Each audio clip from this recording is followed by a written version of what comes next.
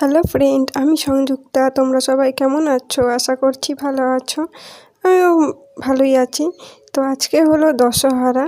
তো এই যে দেখতেই পাচ্ছ, আমি এখনও স্নান করিনি, স্নান করে চলে এলাম। যেহেতু আজকে হচ্ছে মা মনসার পুজো, দশহরা, তো সেই জন্য আমাদের একটা রিচুয়াল আছে। তো সাবান শ্যাম্পু কোনো কিচ্ছু মাখতে নেই, জাস্ট তোমাকে চান করে বেরিয়ে চলে আসতে হবে, এইরকম ব্যাপার।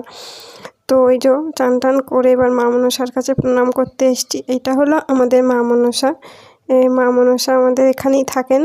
তো যা হোক প্রণাম করে তারপরে এসে আর একটা জিনিস আছে, সেটা হচ্ছে কলার সাথে উচ্ছে খাওয়া, মানে কাঁচা উচ্ছে এরকম খেতে হয় আর কি। এটা মা মনসার প্রসাদ বলা যায়। তো এই যে আমি একটুখানি ভেঙে খেয়ে নিলাম।